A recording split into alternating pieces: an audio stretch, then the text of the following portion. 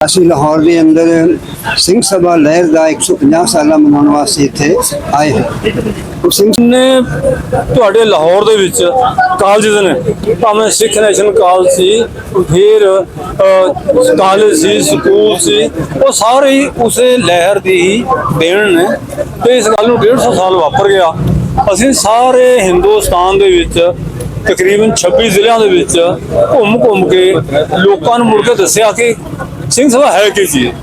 ਤੇ ਜਿਹੜੀ ਸਭ ਤੋਂ ਕਮਾਲ ਦੀ ਗੱਲ ਸੀ ਕਿ ਜਿਹੜਾ ਲਾਹੌਰ ਸੀ ਇਹ ਤਰ੍ਹਾਂ ਦੀ ਜਿਹੜੀ ਡਿਬੇਟ ਹੈ ਉਹਦਾ ਸੈਂਟਰ ਸੀ। ਤੁਸੀਂ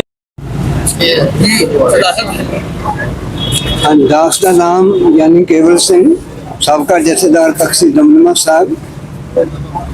ਦਾਸ ਦੇ ਨਾਲ ਪ੍ਰੋਫੈਸਰ ਸ਼ਾਮ ਸਿੰਘ ਜੀ, ਪ੍ਰਧਾਨ ਕੇਂਦਰੀ ਸ਼ੁਰਗਤ ਸਿੰਘ ਸਭਾ। ਇਹ ਸਾਡੇ ਵੱਡੇ ਪੱਤਰਕਾਰ ਸਰਦਾਰ ਬਲਵਿੰਦਰ ਸਿੰਘ ਜੀ ਜੰਮੂ ਖੜੇ ਹਨ। ਅਸੀਂ ਲਾਹੌਰ ਦੇ ਅੰਦਰ ਸਿੰਘ ਸਭਾ ਲਹਿਰ ਦਾ 150 ਸਾਲਾ ਮਨਾਉਣ ਵਾਸਤੇ ਇੱਥੇ ਆਏ ਹਾਂ। ਉਹ ਸਿੰਘ ਸਭਾ ਲਹਿਰ ਜਿਹੜੀ ਹੈ 1 ਅਕਤੂਬਰ 1873 ਨੂੰ ਅੰਮ੍ਰਿਤਸਰ ਦੀ ਧਰਤੀ ਤੋਂ ਸ਼ੁਰੂ ਹੋਈ। ਤਾਂ ਉਸ ਤੋਂ ਬਾਅਦ ਨਵੰਬਰ 1879 ਨੂੰ ਲਾਹੌਰ ਦੇ ਗੁਰਦੁਆਰਾ ਡੇਰਾ ਸਾਹਿਬ, ਜੋ ਧੰਨ ਗੁਰੂ ਅਰਜਨ ਸਾਹਿਬ ਦਾ ਸ਼ਹੀਦੀ ਦੇ ਸਥਾਨ, ਉੱਥੇ ਕੌਮ ਦੇ ਸੇਵਾ ਦੇ ਲਹਿਰ ਸ਼ੁਰੂ ਕੀਤੀ। ਮਕਸਦ ਜਿਹੜਾ ਹੈ, ਪਹਿਲਾ ਮਕਸਦ ਹੈ ਕਿ ਆਪਣੇ ਮਜ਼ਹਬ ਤੋਂ ਜਿਹੜੀ ਆਈ ਹੋਈ ਗਿਰਾਵਟ ਹੈ ਉਹ ਤੋਂ ਉੱਚਾ ਚੁੱਕਣਾ। ਔਰ ਇਹਦੇ ਨਾਲ ਜਿਹੜਾ ਸਭ ਤੋਂ ਵੱਡਾ ਮਕਸਦ ਸੀ ਕਿ ਉਸ ਵੇਲੇ ਜਦੋਂ ਅੰਗਰੇਜ਼ੀ ਹਕੂਮਤ ਦੇ ਆਉਣ ਦੇ ਨਾਲ ਨਵੀਂ ਤਾਲੀਮ ਇੱਥੇ ਆਈ, ਤਾਂ ਨਵੀਂ ਤਾਲੀਮ ਦੇ ਨਾਲ ਜਿਹੜੇ ਪੰਜਾਬ ਦੇ ਲੋਕ ਸੀ ਉਹ ਜੁੜ ਨਹੀਂ ਸੀ ਪਾ ਰਹੇ। ਤੇ ਸਿੰਘ ਸਭਾ ਲਹਿਰ ਨੇ ਸਭ ਤੋਂ ਵੱਡਾ ਕੰਮ ਕੀਤਾ ਕਿ ਓਰੀਐਂਟਲ ਕਾਲਜ ਦੇ ਵਿੱਚ ਜਿਹੜੇ ਪੰਜਾਬੀ ਜ਼ੁਬਾਨ ਦੀ ਗੱਲ ਕਰਦੇ, ਪੰਜਾਬੀ ਜ਼ੁਬਾਨ ਦੇ ਪਹਿਲੇ ਪ੍ਰੋਫੈਸਰ ਜਿਹੜੇ ਸੀਗੇ ਉਹ ਹਰਸ਼ਾ ਸਿੰਘ ਥੋੜ੍ਹੀ ਦੇਰ ਰਹੇ, ਪਰ ਪਹਿਲੇ ਪ੍ਰੋਫੈਸਰ ਗੁਰਮੁਖ ਸਿੰਘ ਸੀਗੇ। ਤੇ ਉਹਨਾਂ ਨੇ ਹੀ ਇੱਥੇ ਸਿੰਘ ਸਭਾ ਜਿਹੜੀ ਹੈ ਸਥਾਪਿਤ ਕੀਤੀ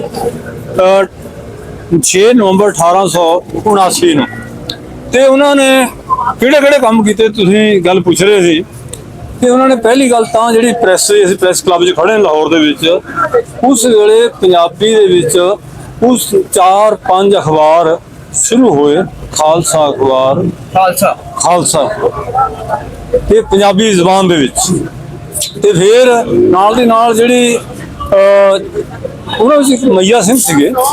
ਮਈਆ ਸਿੰਘ ਨੇ ਜਿਹੜੀ ਪੰਜਾਬੀ ਅੰਗਰੇਜ਼ੀ ਦਾ ਪਹਿਲਾ ਸ਼ਬਦਕੋਸ਼ ਹੈ, ਡਿਕਸ਼ਨਰੀ, ਤਕਰੀਬਨ 125 ਸਾਲ ਪਹਿਲਾਂ ਉਹ ਉਹਨਾਂ ਨੇ ਦੱਸੀ ਸੀ। ਬਹੁਤੇ ਲੋਕਾਂ ਨੂੰ ਪਤਾ ਵੀ ਨਹੀਂ ਹੋਣਾ, ਹੁਣ ਸ਼ਾਇਦ ਮਿਲਦੀ ਵੀ ਨਾ ਹੋਵੇ, ਰੇਅਰ ਬੁੱਕ ਹੈ।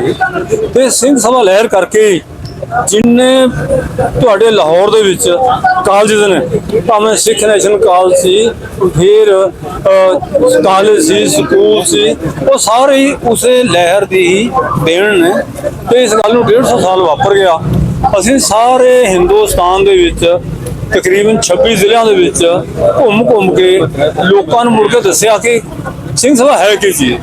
ਤੇ ਸਾਡੀ ਇੱਛਾ ਸੀ ਕਿ ਅਸੀਂ ਉਸ ਥਾਂ ਉੱਤੇ ਜਿੱਥੇ ਲਾਹੌਰ ਦੇ ਵਿੱਚ ਸਾਡੀ ਕੌਨਸ਼ੀਅਸਨੈਸ ਲੋਕਾਂ ਕੋਲ ਪਹੁੰਚੀ ਸੀ 150 ਸਾਲ ਪਹਿਲਾਂ, ਕਿ ਅਸੀਂ ਉਸ ਧਰਤੀ ਉੱਤੇ ਜਾਈਏ। ਤੇ ਅਸੀਂ ਇੱਥੇ ਆਏ ਹਾਂ, 10 ਦਿਨ ਸਾਨੂੰ ਆਇਆਂ ਨੂੰ ਹੋ ਗਏ। ਤੇ ਥਾਂ ਅਸੀਂ ਓਰੀਐਂਟਲ ਕਾਲਜ ਲਾਹੌਰ ਦੇ ਵਿੱਚ ਵੀ ਜਾਏ, ਯੂਨੀਵਰਸਿਟੀ ਵੂਮਨ ਕਾਲਜ ਯੂਨੀਵਰਸਿਟੀ ਜਿਹੜੀ ਹੈ ਉੱਥੇ ਵੀ ਅਸੀਂ ਜਾਏ, ਲੋਕਾਂ ਦੇ ਨਾਲ ਗੱਲਬਾਤ ਕੀਤੀ। ਤੇ ਤੁਹਾਡੇ ਕੋਲ ਵੀ ਆਏ ਦੱਸਣ ਵਾਸਤੇ ਕਿ ਇਹ ਲਹਿਰ ਦਾ ਸਭ ਤੋਂ ਵੱਡਾ ਜਿਹੜਾ ਕਾਰਜ ਸੀ ਉਹ ਸੀ ਗਿਆਨ ਨਾਲ ਜੋੜਨਾ, ਐਜੂਕੇਸ਼ਨ ਨਾਲ ਜੋੜਨਾ।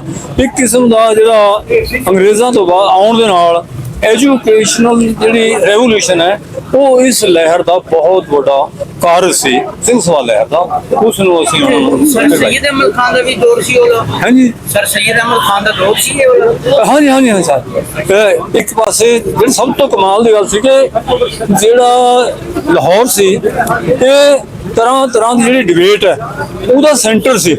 ਤੁਸੀਂ ਦਯਾਨੰਦ ਦਾ ਨਾਮ ਸੁਣਿਆ ਹੋਣਾ, ਜਿਹਦੇ ਨਾਂ ਦੇ ਉੱਤੇ DAV ਕਾਲਜ ਸਕੂਲ ਖੁੱਲੇ ਹੋਏ ਜੀ। ਉਸ ਬੰਦੇ ਦੇ ਨਾਲ ਇਸ ਧਰਤੀ ਉੱਤੇ ਤੁਹਾਡੇ ਲਾਹੌਰ ਦੇ ਵਿੱਚ 3 ਵੱਡੀਆਂ ਡਿਬੇਟਸ ਹੋਈਆਂ ਨੇ।